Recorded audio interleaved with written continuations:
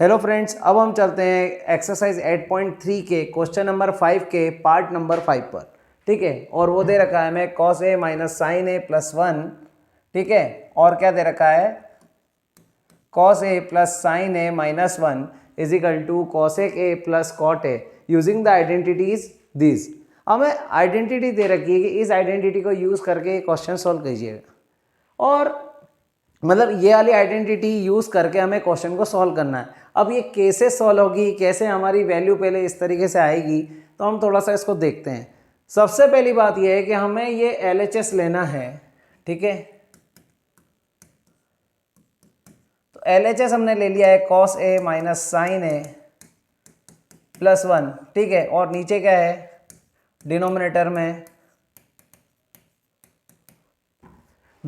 में cos A plus sin A minus 1। अब आपको देखिए, जब इस पूरी टर्म को कॉसेक और कॉट में लाना है तो कॉट कब आता है, कॉट तब आता है जब कॉस के अपॉन में साइन हो, और कॉसेक कब आता है जब 1 के अपॉन में साइन हो। तो यहाँ पर 1 भी है, कॉस भी है, और साइन है तो है ही, बट क्या है, हमें इस पूरी टर्म को साइन से डिवाइड करना रहेगा। यदि हम साइन ए से इस पूरी वैल्यू को डिवाइड करते हैं तो अभी देखना ये क्वेश्चन किस तरीके से चेंज हो जाएगा।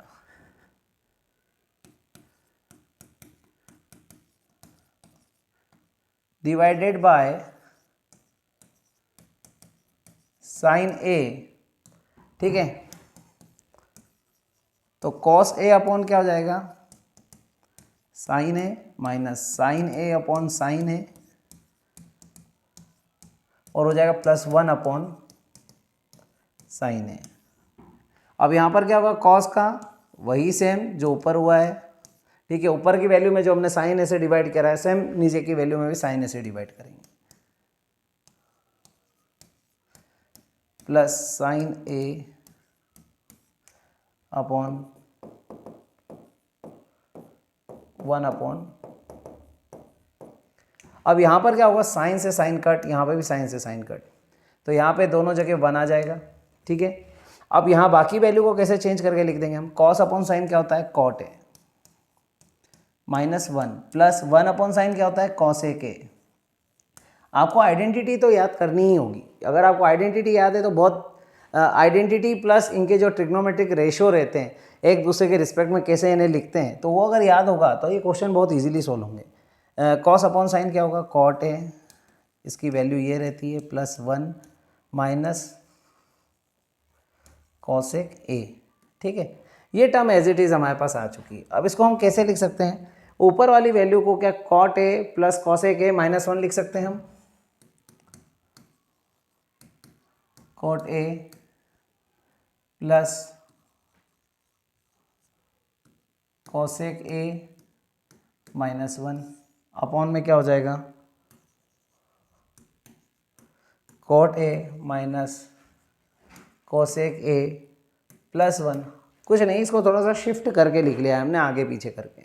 अब देखिए 1, ये जो ऊपर -1 लिखा है, तो क्या इस 1 के प्लेस पर, ठीक है, क्या मैं cosec square A minus cot square ए लिख सकता हूँ, क्योंकि देखो हमें गिवन आइडेंटिटी क्या दे रखी है, cosec square A is equal to 1 plus cot square A. तो कॉट स्क्वायर ए को मैं इधर साइड ले आऊंगा तो ये वाली आइडेंटिटी क्या हो जाएगी, cosec square A, cot square A को इधर ले आया तो माइनस का हो गया, cot square A is equal to क्या हो जाएगा, 1 एज इट इज यहाँ पर है। तो इस पूरे 1 की जगह क्या हम ऐसा लिख सकते हैं, बिल्कुल लिख सकते हैं। तो हम इस 1 के प्लेस पे क्या लिख लेंगे,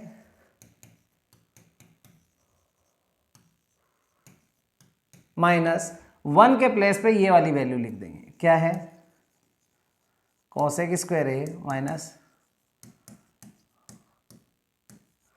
कॉट स्क्वायर ए, नीचे एज इट इज रहेगा cot A minus cosec A plus 1। समझ में आया। अब उसके बाद क्या करेंगे, ये फॉर्मूले के फॉर्म में ओपन हो जाएगा, ए स्क्वायर माइनस बी स्क्वायर। तो एक बार प्लस में लिख लेंगे, एक बार माइनस में, ए प्लस बी लिखेंगे और एक बार ए माइनस बी। यहाँ पर क्या हो जाएगा, cot A plus cosec A, इस पूरे को एक सिंगल टर्म ले लेंगे हम। यहाँ पर क्या हो जाएगा, cosec A plus cot A, ये प्लस में लिख लिया, और एक बार कॉसेक ए माइनस कॉट ए।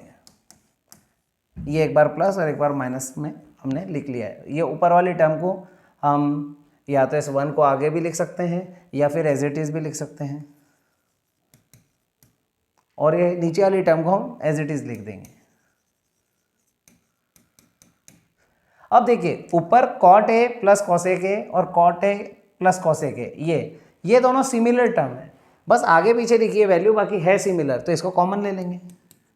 तो हमने कॉमन क्या ले लिया, कॉट ए प्लस का कॉसेक ए, ये दोनों टर्म में से कॉमन आ गया, क्योंकि एक टर्म ये थी पूरी और एक टर्म ये थी पूरी, ठीक है। अब इसमें से पूरा कॉमन आ गया, तो यहाँ क्या बचेगा 1, तो ये 1 एज इट इज़ लिख दिया।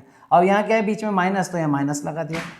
अब इधर कौन सी टर्म बची है, cosec A minus cot A. जब बाहर माइनस है तो अब ये इस माइनस का इंटू इन दोनों टर्म में होगा, तो इन दोनों के साइन चेंज हो जाएंगे।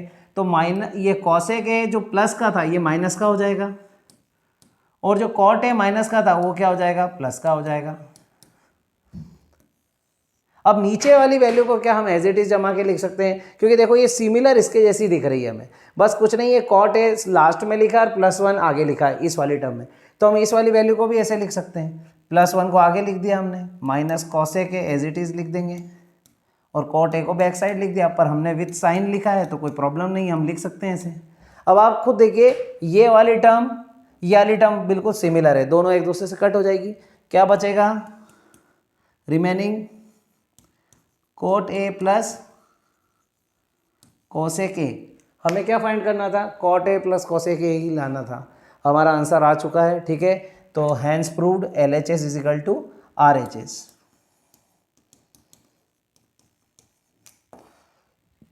ये हमारा क्वेश्चन यहाँ पे सॉल्व हो चुका है। क्वेश्चन बहुत सिंपल है, बस स्टार्टिंग में थोड़ा सा ये चीज़ का ध्यान रखना होगा कि साइन ऐसे सब में डिवाइड करना है, डिवाइड करने के बाद इसको सिंपल फॉर्म में जमाना है। उसके बाद जब क्वेश्चन में हिंट दे रखी है, हिंट ना भी दे तो भी हमें इतना नंबर ऑफ क्वेश्चन की प्रैक्टिस होनी चाहिए कि हमें पता चले कि क्वेश्चन में हमें क्या टर्मिनोलॉजी या फंडा यूज़ करना है क्वेश्चन को सॉल्व करने के लिए, ठीक है। तो इस तरीके से क्वेश्चन सिंपली सॉल्व हो गया है और यही हमारा आंसर है। Thank you.